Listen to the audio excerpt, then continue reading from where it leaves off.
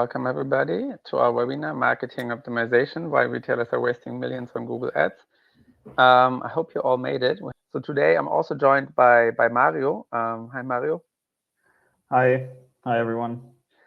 Mario is one of our data scientists who focuses on marketing optimization, and he will also support me a bit on discussing the data challenges today, and maybe also supporting me on your questions. And then today I wanted to cover first the market environment, to look a little bit what's happening, then to go through a definition of predictive marketing, how we are defining it. I also brought some case studies with me, and in the end I wanted to show you a live demo how the app looks like for the marketing product. So let's jump into the market section. No, wait, first, before we go there, there's also a poll. I wanted to ask, like, which Google campaign setup are you using at the moment? Because I'm seeing that some of our customers are using only Performance Max. Some others, historically at least, only used standard shopping. And some of them are using a mix of both. And maybe you're not sure, then that's also fine. Then you just select the. Let's maybe look at the market environment now.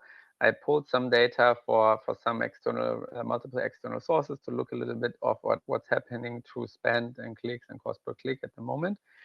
And you can see that at least for this, according to this source, the cost per click was rising a lot.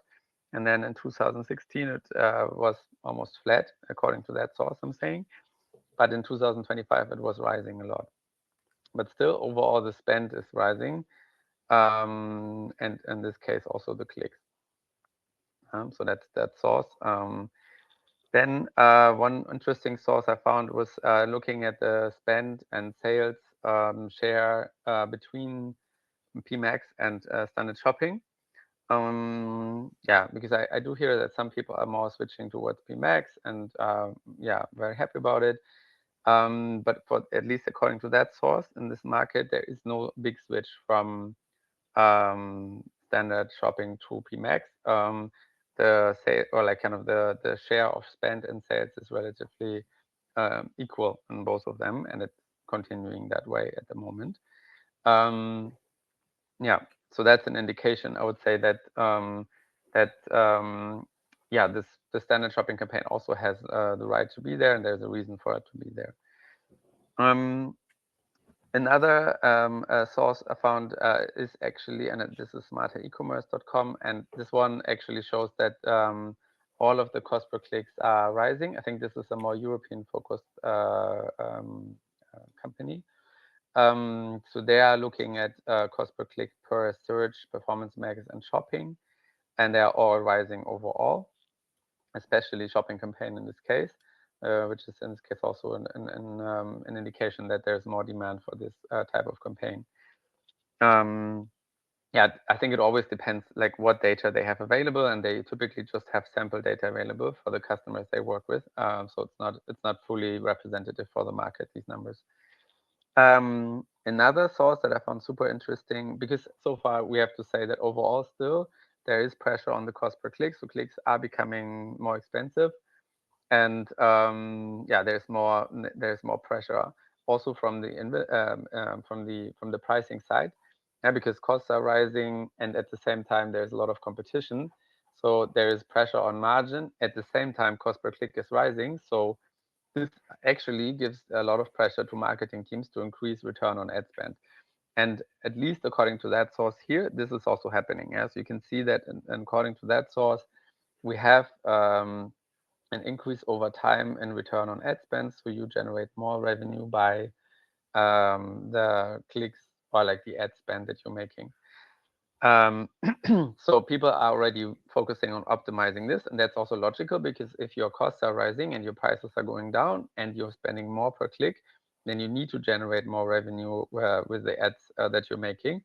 This could also happen by reducing your clicks and being more efficient. That's also another way of increasing your ROAS. But basically, the point I wanted to make is that there is the market developments are basically pressuring marketing teams for increase in ROAS. And the question is, how can you do it? How can you increase your ROAS? I think one driver here is, of course, that Google becomes better. So they are using AI, of course, to increase the effectiveness of their campaigns. So basically, the PMAX campaign, the way they are optimizing keywords and the way they optimize where they show you products and so on, that improves. And so some of that improvement comes from Google's optimization.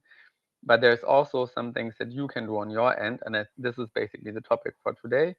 We call that predictive marketing. And yeah, if there's no question with regards to the market numbers that I was showing, then I'm going into this predictive marketing section. If there's any questions, please just put them into the question section or in the chat section. All right. Yeah, I'm most yeah, kind of trying to evaluate like how important is that use case, the AI use case. We're talking about predictive marketing here in this case for retailers. Again, always like to look at this retail prism from Gartner, and you can see that pricing promotions is basically as marked as number one use case. Another indication that this is an important application for AI is just by looking at your spend. Now, so if you look at a standard spend share, it's like about 10% of your spending goes to marketing. That's an example of Amazon.de, but that's also what we're typically seeing in online retail. So performance marketing makes up quite a big share of your cost base. And because that's the case, it's creating a lot of leverage. If you're improving it a little bit, then you can just make a lot more money, or kind of the leverage is large, right? If you're working on customer service, for example, it's just 3% maybe of your cost. Yeah. So so that's the motivation of actually working on that topic, and explaining why it's important. Now, yeah, this yeah, predictive marketing is basically using two main technologies. One, that's the AI technology, that's the forecasting itself. So you know that we're also working on price optimization. So this is kind of showing you here kind of a prediction for one product for different price options. And in the same way that you are doing predictions for different prices, you can also make predictions for different marketing steerings. So you can be aggressive on your marketing, or you can be more conservative on your marketing by using a different TROs as target for Google. And then Google will increase or reduce your marketing spend, and they will still optimize it, of course, but still overall, when you are increasing your TROS target, then or like making it more aggressive, you will spend more money on marketing. So, and that you can actually predict, and what we are predicting here is profit after marketing cost and also after returns, right? So what we're here predicting is if I'm selling a product at a certain price, which of course can change, right? If you're reducing your price, you have less margin available to spend on marketing and on returns, for example. And at some point, you will make losses. On the other hand, if you're increasing your price, your conversion is going down. Yeah, so these effects of that the price has on your conversion, and at the same time that the price has on your margin, because if you're reducing your price, it's great for conversion, but it's a problem for your margin, because then you have less margin to spend on the marketing campaign. And therefore, it's super useful to actually calculate after returns and after all your predicted costs, like outbound cost, inbound cost, and so on. So really, DB3, like what is the money that you're still making actually on this product, on product level. So that's the prediction technology here. That's the one part. And then when you have that, and I'll show that also in the last part of the webinar, then you can also use that knowledge for optimization, because then you can say, okay, let's make a very simple example. A product where you do not have enough stock, doesn't make sense to push marketing on this product, because you will anyway sell it, and then you don't have to spend marketing money on it. No. Or differently put, a product where you do not have, let's say, any margin after returns anymore, then you have to reduce marketing spend, because yeah, you're already losing money on this product. Yeah, so these are the things that are then kind of picked up by the optimizer. And the optimizer is basically the second technology. It's kind of a mathematical optimization, which then depends on your rules, what you want to achieve, and the targets that you're setting. And again, I'm showing the app in the end of the webinar. So how does it work? First of all, yeah, there is yeah, the data that we need, and this chart here focuses actually on the marketing data we're using. So we're using data from the campaign system typically. I mean, there's different types of possibilities here. If you already know your marketing data on product level per day, then you can also send us that data aggregated yourself. Some people have already made the job of attribution. Um, if not, we are also able to consume the data ourselves from Google Ads or Amazon or Zalando, and then onboard the data on our end into the prediction. Right, so we're onboarding that data, cleaning it, and then we're running predictions for the marketing models. Would be cost per click predictions, and conversion predictions. And those together with the other predictions like elasticity predictions or inbound cost predictions, return rate predictions, outbound cost predictions, they together then actually create the prediction for that we have seen here. Yeah, this two-dimensional prediction. And then when you have that, you can use it in the front end for the optimization step. And what you're getting back is basically something that looks like this. You're getting kind of a distribution of your products into different TROS buckets. Yeah, so this is kind of an example where you have TROS buckets from 430 till 10,000, and then we're distributing the products into these TROS buckets and saying, okay, this should be a product where you should be very aggressive in marketing, and then there are other products where you require a very high return on ad spend. And yeah, and that's basically the output you can then upload back into your campaign system, and then use that for your campaigns, and that will overall make the make your marketing better. And that's what we call predictive marketing. It's called predictive marketing because the predictions are there first. Basically, we first say, okay, what are your options? Right? In theory, you can use every keywords for every product, but and then you make a prediction for that. But at the second step, you then make an optimization and say, okay, if your target is that you want to grow by 10%, then that's the TROS you should use for that product. Then I wanted to cover these two campaign types. We already made A/B tests on both types. So you can use a Performance Max campaign to upload the different TROS targets. Um, or you can also use a standard shopping campaign, right? So both are possible. Of course, PMax campaigns can target more platforms, more Google ad platforms.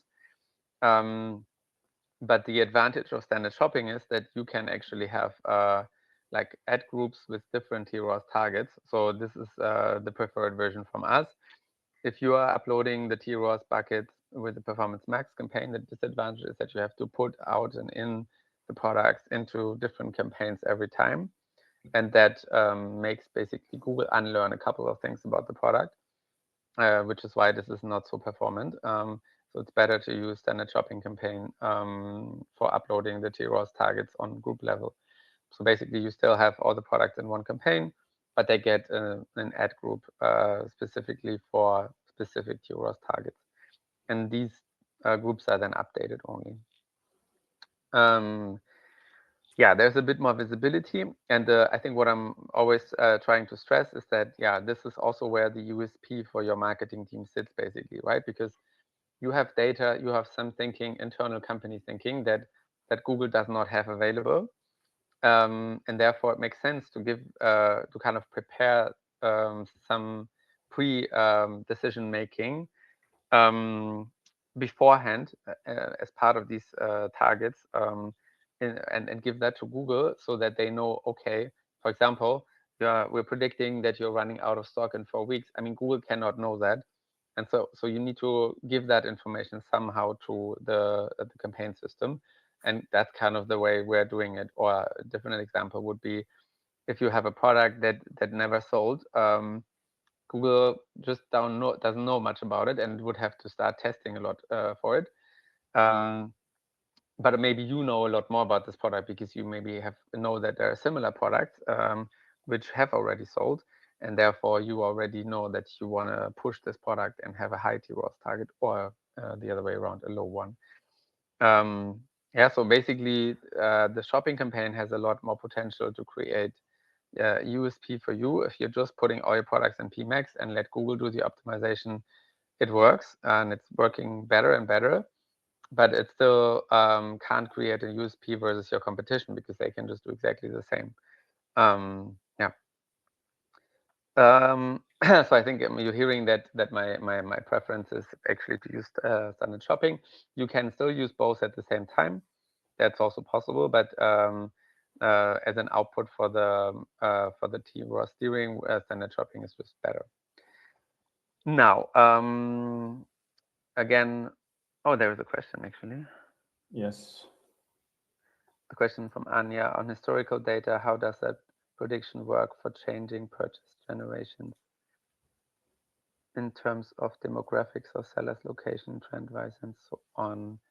So these machine learning models are generally learning on like recent data, right? And we are actually getting data in every day. So we're getting an updated data feed every single day. Actually, what you're seeing right now here in the timeline, well, we're creating a data onboarding in the beginning. And basically, whenever there's an update of clicks, or whenever there's clicks or transactions, we're getting that update pretty fast.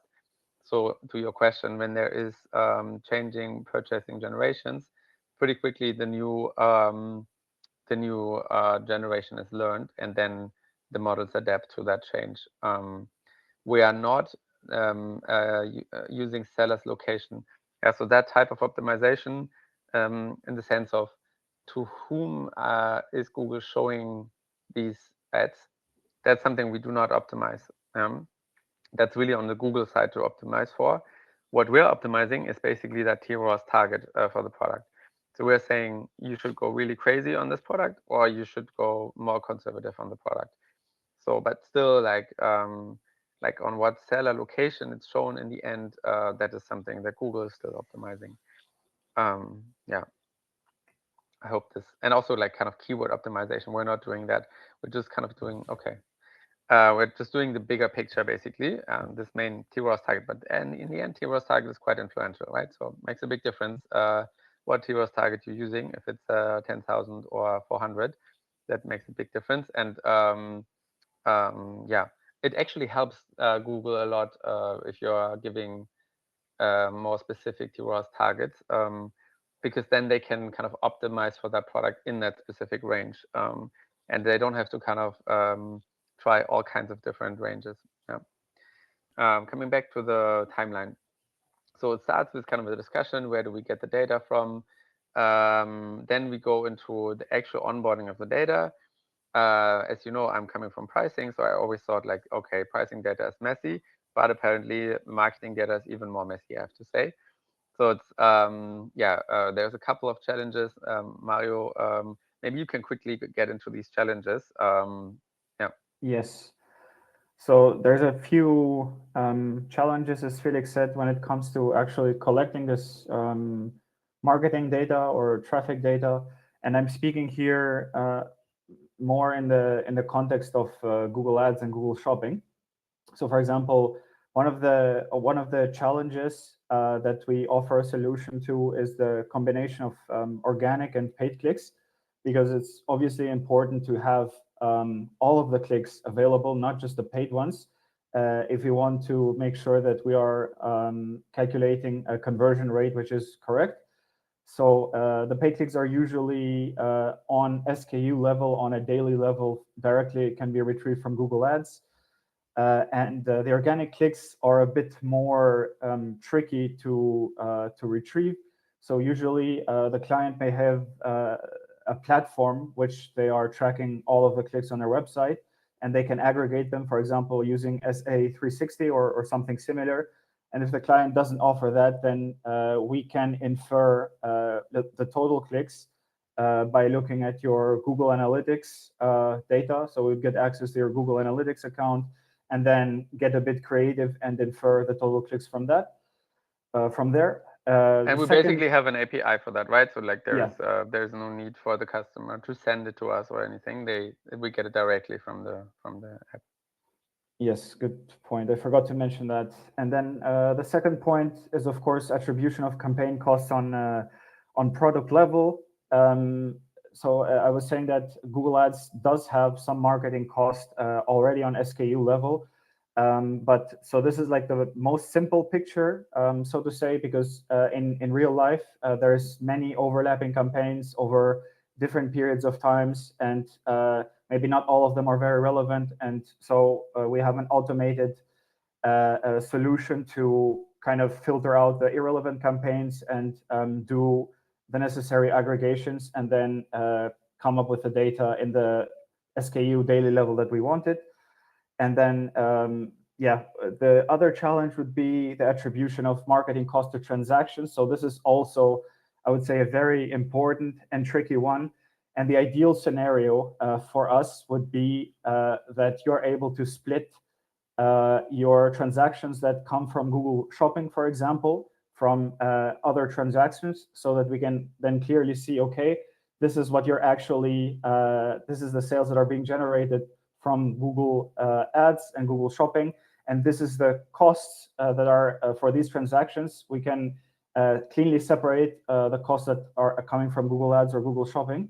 But even if that's not possible, then we would have to look at the entire transactions as if it was like one big, let's say, channel. But even then, we still have an automated way of attributing marketing costs of products that didn't sell to products that sold. So we have an in-house solution for that as well, if you're not able to separate the shopping transactions yourself. Mm-hmm. Yeah, thank you so much. I think the dream is of course clear, right? We want to know like what is actually the historically the profit on product level after all the cost, after returns, after actually all the cost basically. What profit did you actually make historically after marketing cost? And for that, you need to know all of that, and that's quite tricky. And it took us some time to figure out ways to load that data. It's also quite a large data set typically that need to be handled there. And when you have that data, then we get to the third step basically. Then you can say, okay, now I know my history. I understand what's happened historically. And then you can start making predictions for the future. So then you get to your models for clicks prediction, cost per click prediction, and conversion prediction. Um, and once you have those, you can then kind of do first optimizations, because then you will have the forecast, right? And you can test yeah, that this so that the output format that you are actually generating is then actually you can upload it into your campaign system. Typically in the beginning you're doing that manually, but you can also automatically update this later on with the data feed. So that's the live test. And then there's an A/B test where you can check actually what is the benefit of using this versus not using it or doing it the way you did it before. Yeah, so kind of that's the benefit of this solution, is that typically it's quite easy to measure if it actually gets you something, and then how much is it getting you by basically saying, okay, on half of your products you're using it, and on the other half you're doing what you did before, and then you can measure what the benefit is for you, like how does the ROAS change. Yeah, any questions here for the implementation? I'll just keep an eye on the questions tab, otherwise I'll move on. Yeah, so some of the benefits are like reduction of manual efforts. So you don't have to decide manually anymore completely on your own what the TROAS should be. Yeah, that's done automatically. And not only is it done on like big market level, but it's done more granularly on ad group level.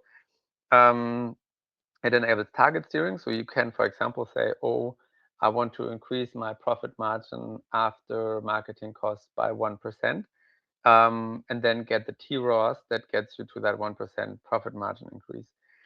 Yeah, you can incorporate out of stock predictions. So that is that kind of making sure like your long-term predictions are also in, and that's my example from before. If you have a product that runs out of stock and you know that already, then you should already turn off marketing now, and incorporate that information. Then yeah, price changes affect your conversion and and also the margin, right? So if the pricing team is drastically reducing the price, or on the other hand, if your purchase price is going up a lot, which also happens these days, then maybe you're already losing money on Google Shopping on the specific product because of those changes. And if that's true, then you should react with your marketing steering on that product. Yeah, because in the one case where you have no margin left for marketing, you need to reduce marketing spend. And in the case where you suddenly have a lot more margin, maybe because the purchase price dropped, then you can actually have leverage to increase your marketing spend and therefore get more market share of your in the market on Google Shopping.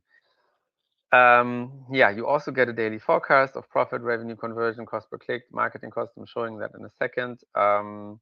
You can optimize both together. So yeah, you can not only do like the marketing team does the marketing optimization, and then the pricing team does the pricing optimization, but you can also do both of the things together, because you can imagine that on a platform like Google Shopping, these are super relevant.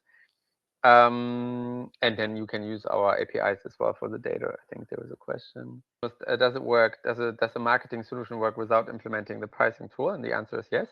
We have customers already using only the marketing tool and not the pricing optimization. Yeah. The part that you still need is we still need the data used for the pricing. So you still need transaction data, you need cost data.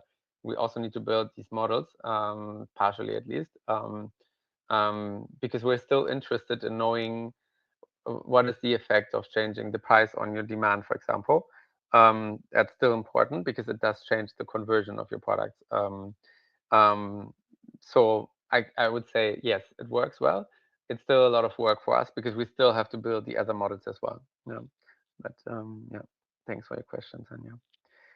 Okay, case study. Yeah, so I wanted to start with one study that's quite old, actually. I think it's 6 years old already. So then back then, it's actually somebody who did pricing and marketing together. Was a 19% profit increase, 40% revenue increase, 14% increase in revenue per click. This was for a furniture customer, and I wanted to start with that one because furniture is a very good example for where this the solution works really well, because furniture often has products which don't sell much, right? So if you imagine you have a product for like 4,000 euros, you're not selling this every day 8 times or something like that. So it's more difficult for Google to learn on that product. So this works especially well, or adds more value for low selling products. Basically, this if you're having only products that sell, I don't know, 8,000 times a day, then I think Google can learn things also really quickly. But like on low sellers, for Google, this is more difficult.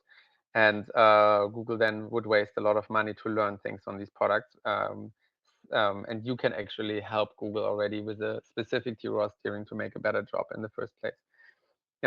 So furniture is therefore like very expensive products, and low conversion, and therefore it's a good example and a good use case. We also use it really on the absolute opposite on pharmacy products, and here I also had pretty good results. That was Google Shopping specific. That was I think it was also including um, customer lifetime value like as part of the profit. So because the trick here is sometimes that on Google Shopping with the first purchase you cannot make any money at all, but maybe that customer is coming back, and the customer is coming back, and then you can already consider that future basket impact that that new customer has, and then it might be okay to lose some money on the first purchase if you are recovering that money later on. It's super relevant for pharmacy products because often they do have they trigger repurchases, and also because the pharmacy products the competition on the pharmacy products on Google Shopping is like absolutely nuts. So you can yeah, you can check that out. The price competition there is enormous, and it's extremely difficult to make any margin on the first purchase from Google Shopping. So for those type of environments, this delivers even more value basic, because the logical thing would be to kind of turn off marketing. But actually, if you consider the customer lifetime value in your profit definition, which is again something you have to predict, right? You have to predict the customer lifetime value impact on your profit, the long-term impact. And only then Google Shopping actually makes sense, and that only also makes sense on specific products. If it's a product where the customer won't come back, then it does not make sense, actually. No? Um, so that's therefore was I think a good example. Yeah, we also tested this on Amazon for a fashion use case. Again, also here pretty good results, because yeah, I'm always pushing those results, because might seem like a small thing. Yeah, it's not a very complicated thing just to change the TROs, but it's actually quite impactful. Yeah, because we're talking about typically a lot of money, and this TROs targets have a huge impact on your marketing spend, and on in the end also on the ROAS. So I hope these cases show actually that how much impact yeah, a kind of a more specific predictive steering of TROs can have on your business. I think I actually have an example how it looks in the A/B test here. So we typically try to look for historical periods. That's the white period here, where the revenue was similar, and then when you're using the tool, the revenue goes up for the tool support group in this case. Um, yeah. Any questions on the use cases? And also quickly go through the demo. So yeah, when you optimizing for marketing, you're getting a specific forecast variant which contains basically the marketing changes. So this marketing forecast variant was last updated 8 hours ago. It's typically updated every day. So we automatically get the new data in, the pipeline is running, and then you can run optimizations. The optimization horizon is, you can decide here. Typically, we recommend like 14 days, because the optimizations are still more reliable in the short term. Then you can change rules here. So the first rule basically is saying that your profit after marketing cost, after returns, after logistic costs should be above zero in this specific case. And that's a rule. You don't have to use it, but it's a rule that I'm adding here. The second rule is a more long-term thinking rule, because we're also kind of predicting what is the best marketing steering in the long term for this product. And this is this whole discussion on, oh wait, there's a question. How about typical influencer drops with promo codes? Can we ensure not to go out of stock as well with those new tools? Okay, yeah, if you have influencer drops with promo codes, we do have a voucher implementation where we get historical vouchers in, and then we can kind of filter out those vouchers. And if you know these drops or these influencer campaigns on product level upfront, we can also predict the influence on those of those campaigns on your future sales, and then make sure that yeah, we consider them for the prediction. Yeah, so this forecast variant is also containing a voucher prediction actually on product level. So if you know upfront that this voucher campaign is coming, then we can predict the impact of it as well. And yeah, consider that in our marketing steering. Okay.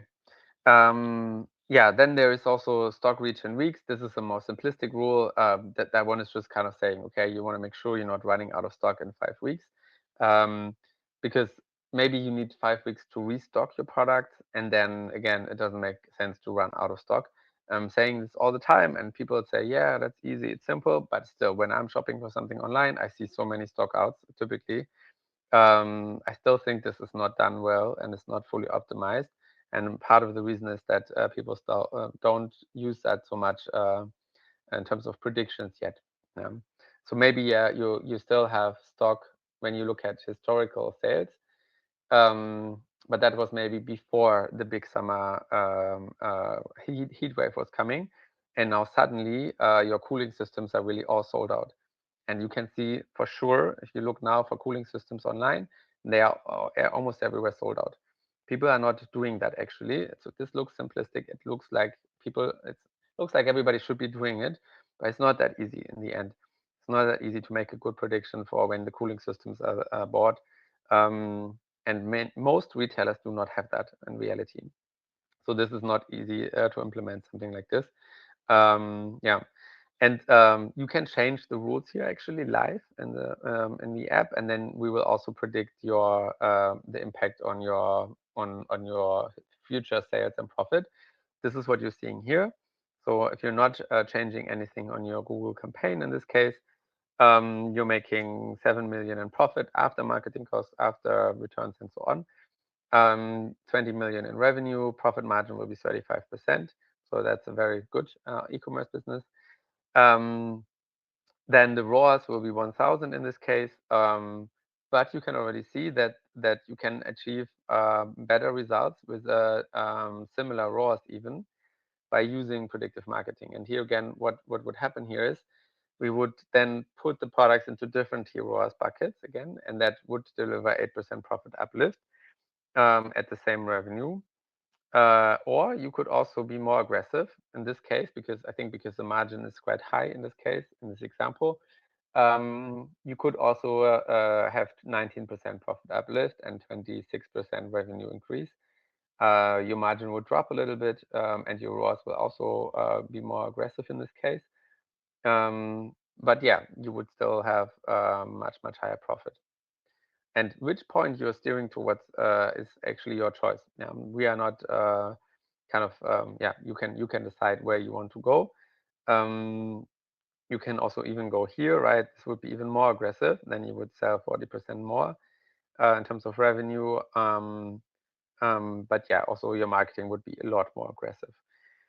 Yeah, and then you can submit this. And the next step, I already submitted one, takes a couple of minutes until it's done. And then you can inspect the results. So you can also run multiple campaigns with multiple TROS targets, for example.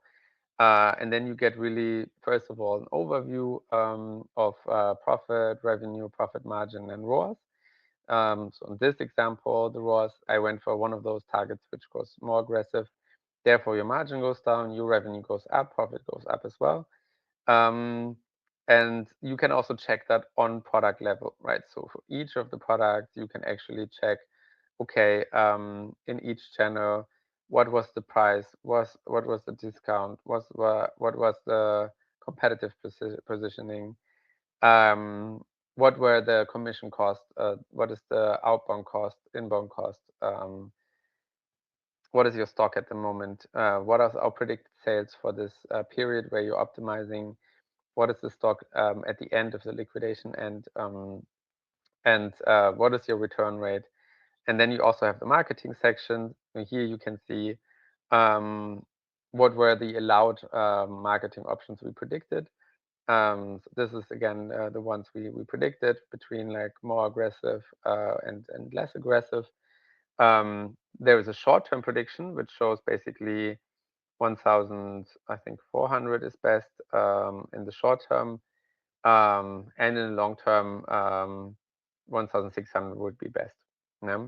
And you can also see here the impact of your rules. So if you want to be close to your long-term optimality, then you need to, that cuts off kind of some options where you shouldn't go.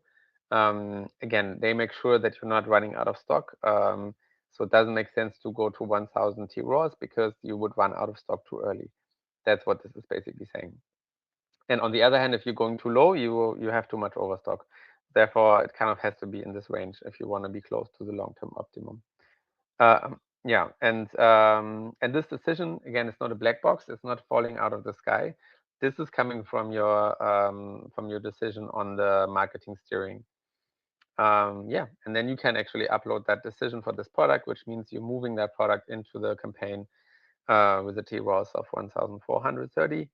Then you're seeing the impact on the next day, and you get a new prediction on the next day. And you can run, yeah, you can run these optimizations as many as you want to, and you can schedule them as well. On the overview section, you see our predicted sales and revenue for the future, and you can then schedule when you want to run these optimizations. They can also be run automatically. Okay, yeah, I think that's what I wanted to share.